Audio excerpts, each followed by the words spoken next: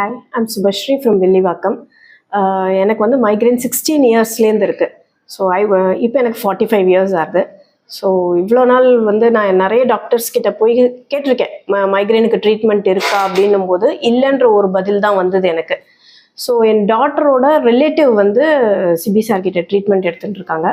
அவங்க வந்து மைக்ரைன் எனக்கு க்யூர் ஆகிருக்கு அப்படின்னு சொல்லும்போது எனக்கு வந்து ரொம்ப டவுட்டாக இருந்தது. யாருமே ட்ரீட்மெண்ட் இல்லைன்னும் போது எப்படி க்யூர் ஆச்சு அப்படின்னு. ஸோ ஃபஸ்ட்டு நான் இங்கே வரும்போது ஒரு எக்ஸ்ரே எடுத்துகிட்டு வர சொன்னாங்க, பேக் போன் எக்ஸ்ரே எடுத்துகிட்டு வர சொன்னாங்க. அது எடுத்துகிட்டு வரும்போது இதுக்கும் மைக்ரைனுக்கும் என்ன சம்மந்தம், ஐ வாஸ் ஸ்பெக்டிக்கல், இது எப்படி கனெக்ட் ஆகும் அப்படின்ற மாதிரி. So today is my 5th sitting. எனக்கு வந்து எது பண்ணாலுமே மைக்ரைன் வந்துடும். புதுசாக எது பண்ணாலும் ஒரு லைட்டாக ஒரு டென்ஷன், ஒரு அஜிடேஷன், எது பண்ணாலுமே மைக்ரைன் வந்துடும். பட் ஆனால் இப்போ வந்து எனக்கு வந்து மைக்ரைன்ற ப்ராப்ளம் இருக்கான்ற ஒரு டவுட் இருக்க லெவலில் தான் இருக்குது. ஸோ ஐ வாஸ் க்யூர்ட் அப்படின்னு தான் சொல்ல முடியும். நான் வந்து ஸ்டேஜ் ஸ்பீச் எல்லாம் கொடுத்துருக்கேன். ஒரு குரூப் ஆஃப் பீப்புள் நடுவில் போனாலே எனக்கு மைக்ரைன் வந்துரும்ன்ற சுச்சுவேஷன்லேருந்து நான் வந்து ஒரு ஸ்டேஜ் ஸ்பீச் கொடுக்குற அளவு நான் இப்போ வந்து இம்ப்ரூவ் ஆகியிருக்கேன்.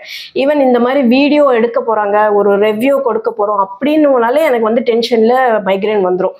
இன்றைக்கி வந்து எனக்கு மைக்ரைன் வராது, I can give a review அப்படின்னு கான்ஃபிடென்ட்டாக வந்ததுக்கு நான் சிபி சாருக்கு தான் தேங்க்ஸ் சொல்லணும். Thank you so much. Thank you very much, ma'am. Ma'am, first அந்த டவுட் இருந்தாலும் still you sincerely followed this, understanding the science behind it. So முன்னாடி ஏன் சரியா இல்லைன்னா because the approach was the same. So ஒரே ட்ரீட்மெண்ட் தான் எல்லாமே, வந்து டிஃப்ரெண்ட் டாக்டர்ஸ் பார்த்தாலுமே அந்த சயின்ஸ் வாஸ் சேம். இந்த இதை பொறுத்தவரைக்கும் கொஞ்சம் டிஃப்ரெண்டான approach. Once we switch to this one and when you correct the root cause, அது ஃபுல்லாகவே நமக்கு சரியானதுதாங்க. ஸோ பாருங்க, I'm really very happy with results ma'am. அது சொன்னீங்க, இப்போ ரிவ்யூ சொல்லும் போது கூட முன்னாடி இதாக இருக்குங்க. ஸோ அது இப்போ ஒரு லைவ் எக்ஸாம்பிளாகவே போயிருக்கு இல்லைங்களா? ஃபைன், ஓகேங்களா? ஸோ அந்த எக்ஸசைஸ் மட்டும் ரெகுலராக பண்ணிக்கங்க. இனிமேல் எந்த ப்ராப்ளம்ஸ் எதுவுமே வராது. இது மட்டும் இல்லை, வேற எந்த பெயினுமே ஃபியூச்சர்லையுமே வராமல் இருக்கும். அதான். Thank you ma'am. Thank you very much ma'am.